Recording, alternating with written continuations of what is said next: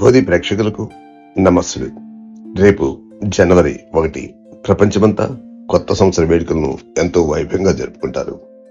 అయితే ఈ జనవరి 1 కొత్త సంవత్సరానికి ఆరంభం అనే విషయం వెనుక చరిత్రతో పాటు ఎన్నో వివాదాలు కూడా ఉన్నాయనే విషయం మనలో ఎంతమందికి తెలుసు? ఇప్పుడు మనం వాడుతున్న ఈ క్యాలెండర్ ని ఎవరు కనిపెట్టారు? పూర్వం ఏ నెలలో కొత్త సంవత్సరం వేడుకలు జరుపుకునేవారు?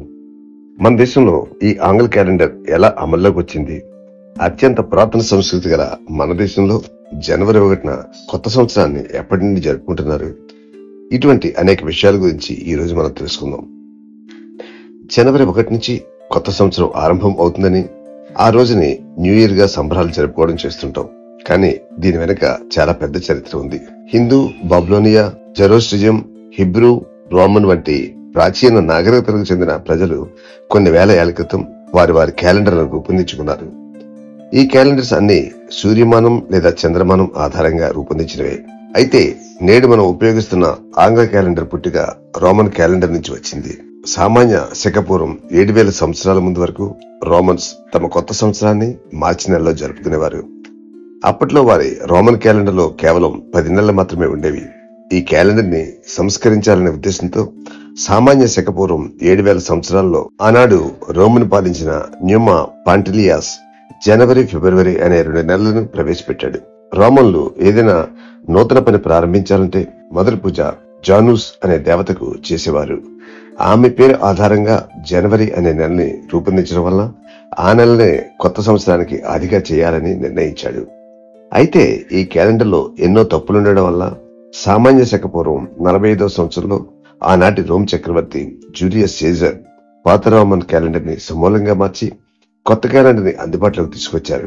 దీన్నే జూలియస్ క్యాలెండర్ అని పిలిచేవారు. అంతేకాదు ఇదే తొలి సౌరమాన క్యాలెండర్ గా పేరుగాంచింది. అయితే ఈ క్యాలెండర్ రూపకల్పన తర్వాత కూడా పాశ్చాత్య దేశాలు చాలా సంవత్సరాల పాటు తమ కొత్త సంవత్సరాన్ని మార్చి 25న జరుపుకునేవి. కాలగమనంలో అది ఏప్రిల్ కు మారింది. సామాన్య శకం మధ్యకాలంలో డిసెంబర్ 25ని క్రీస్తు జన్మదినంగా జరుపుకోవడం ఆరంభమవడంతో కొన్ని దేశాల వారు క్రీస్తు పుట్టినరోజునే తమ కొత్త సంవత్సరంగా జరుపుకునేవారు. అయితే ఈ భిన్న సంవత్సరాదిలో పోయి అందరూ ఒక రోజునే కొత్త సంవత్సరాన్ని జరుపుకోవాలనే ఉద్దేశంతో 1590లో అప్పటి క్రైస్తవ మత గురువు పోప్ గ్రిగోరియో 13 జూలియస్ క్యాలెండర్ ని మరింత మెరుగుపరచడం మొదలుపెట్టి 1582 అక్టోబర్లో కొత్త క్యాలెండర్ ని ప్రవేశపెట్టాడు. దాన్నే గ్రిగారియన్ క్యాలెండర్ గా పిలుస్తారు. ప్రస్తుతం మనం ఉపయోగిస్తుంది ఈ గ్రిగారియన్ క్యాలెండర్ నే.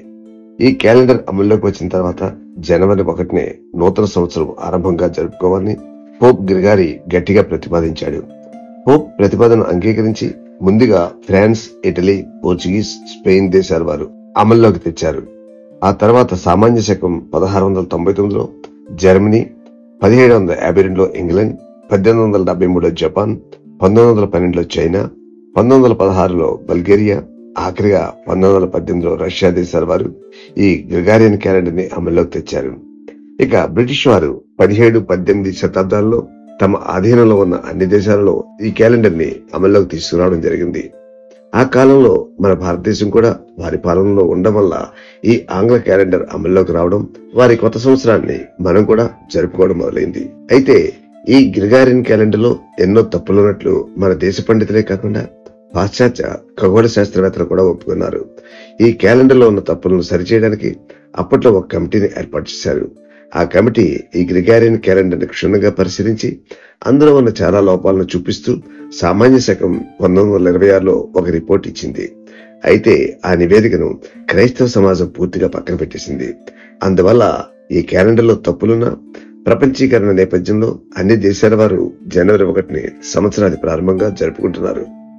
అయితే జనవరి 1తో పాటు ప్రపంచ దేశాల్లో అనేక దేశాల వారు ఇప్పటికీ వారి సాంప్రదాయంగా వస్తున్న నూతన సంవత్సర వేడుకను చాలా ఘనంగా జరుపుకుంటున్నారు. మన దేశంలో కూడా ఈ ఆంగ్ల సంవత్సరాన్ని వేడుకగా జరుపుకున్న మన ప్రాచీన నాగరికతను విడవలేదు. అందువల్ల పంటలు చేతికి వచ్చే సమయంలో గాని, ఋతువులు పుణ్యదినాలను పురస్కరించుకుని గాని నూతన సంవత్సర పండుగను చాలా వైభవతంగా జరుపుకుంటున్నాం. ఈ విధంగా మన దేశంలో ప్రాంతాల వారీగా 8 విధాలుగా నూతన సంవత్సర పండుగలను చాలా ఘనంగా జరుపుకుంటున్నారు. మన 2 తెలుగు రాష్ట్రాలైన ఆంధ్రప్రదేశ్, తెలంగాణతో పాటు కర్ణాటక వారు చైత్ర మాసంలో వచ్చే శుక్ల పాడ్యమ నాడు ఉగాది పర్వదినాన్ని నూతన సంవత్సరాదిగా, తెలుగు సంవత్సరాదిగా జరుపుకుంటున్నారు. ఇక తమిళనాడులో ప్రతి సంవత్సరం ఏప్రిల్ మధ్యలో తమిళ సంవత్సరాన్ని జరుపుకుంటారు. ఆ పర్వదినాన్ని వారు పుత్తుండు లేదా వరుష అనే పేర్లతో పిలుచుకుంటారు. కేరళ వారు తమ ప్రాచీన పంచాంగాన్ని అనుసరించి ప్రతి సంవత్సరం మేధం అనే నెల మొదటి రోజున నూతన సంవత్సర పర్వదినంగా జరుపుకుంటారు. ఆ పండుగనే వారు విషు అని పిలుచుకుంటారు. కేరళ వారి శాస్త్రాల ఆధారంగా వచ్చే ఈ మేధం అనే నెల ప్రతి సంవత్సరం ఏప్రిల్ మధ్యన ఆరంభమై మే నెల మధ్యలో ముగుస్తుంది. గుజరాత్ వారు ప్రతి ఏడు వచ్చే దీపావళి మరుసటి రోజుని తమ నూతన సంవత్సర పర్వదినంగా జరుపుకుంటారు. దాన్నే వారు బెస్తు వారస్ అని పిలుస్తారు. ఆ రోజున గుజరాత్ వారు శ్రీకృష్ణుని విశేషంగా ఆరాధిస్తారు. పంజాబీ వారు బైసాఖి అనే పండుగను తమ కొత్త సంవత్సరాదిగా పేర్కొంటారు.